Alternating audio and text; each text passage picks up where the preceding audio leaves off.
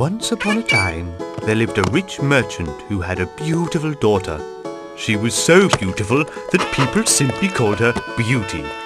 On the day our story begins, the merchant was preparing for a long journey. Don't be sad, Beauty. I shall soon return with a pile of presents for my sweet child. Oh, Papa, I really need nothing. But take this rose with you for luck and bring me, if you will, an even more beautiful one. More beautiful than any other in the world.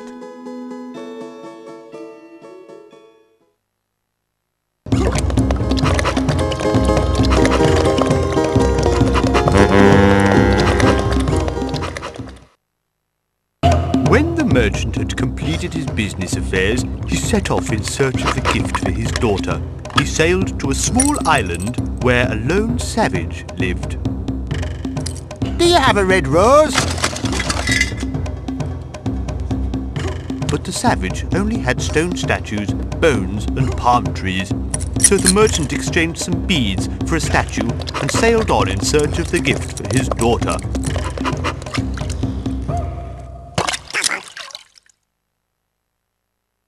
And so the merchant arrived in India, where he saw an ancient temple covered in vines, and among the vines a great stone idol. He sailed a little closer and told the idol about his daughter's request.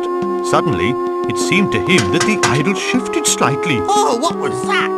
No sooner had he pulled out his spectacles to get a better look than something snatched them away, leaving a banana in their place.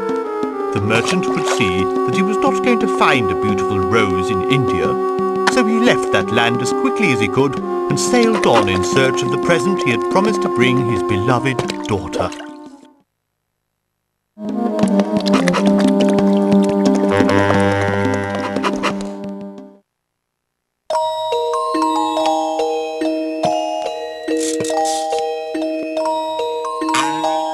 Jawohl!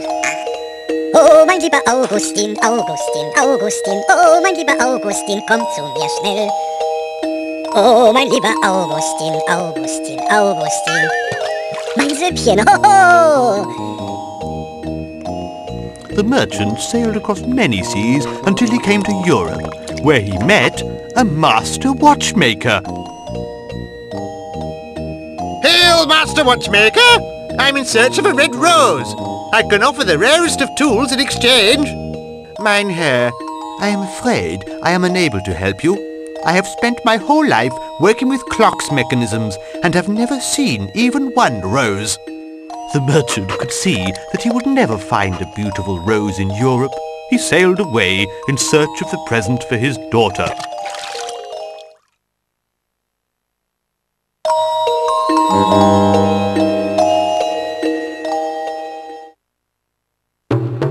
And so the merchant sailed further and found himself in the cold, frozen north, floating among the icebergs. Oh, what a big canoe! Ahoy there, fellow! Can I find a red rose in these parts? I can trade you a hat. Oh, what a comfy hat! Do you have a rose? Roses don't grow here. Look at the weather. I can give you a walrus, though. But the merchant didn't need a walrus. It was as plain as day that he would never find a rose in the cold, frozen north, so he sailed further in search of the gift he had promised his beloved daughter.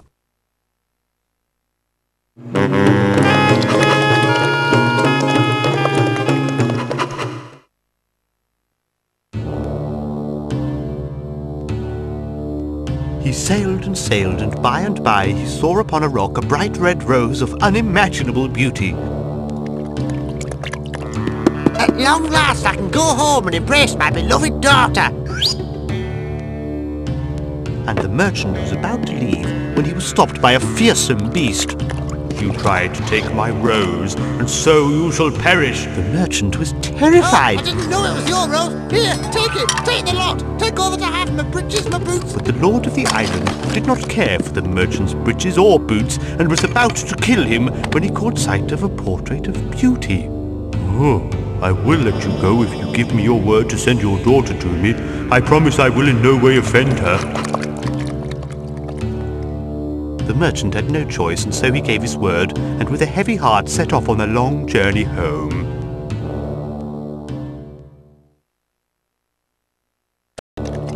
And so poor Beauty had to sail to the island. She climbed up the stone steps and wandered about the castle. She walked for a long time through the halls and corridors, and when the beast appeared, Beauty was terrified. "Oh, I will not keep you against your will. Go home to your father." With that, Beauty turned into a white dove and flew away. The beast was heartbroken. He thought he would never again see such a beautiful maiden. He hugged her portrait to him and sighed a deep, sorrowful sigh. Beauty flew to her father's house.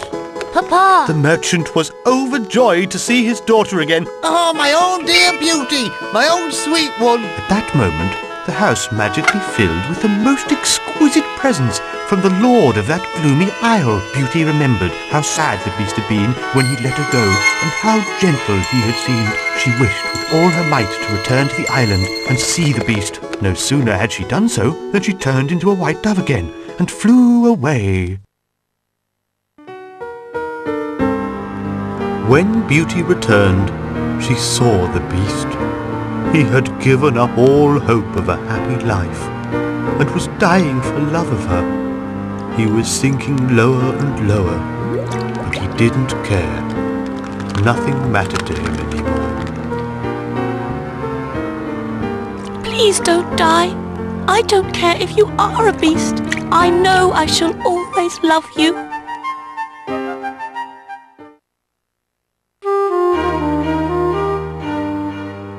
And she kissed the beast, and then a miracle took place.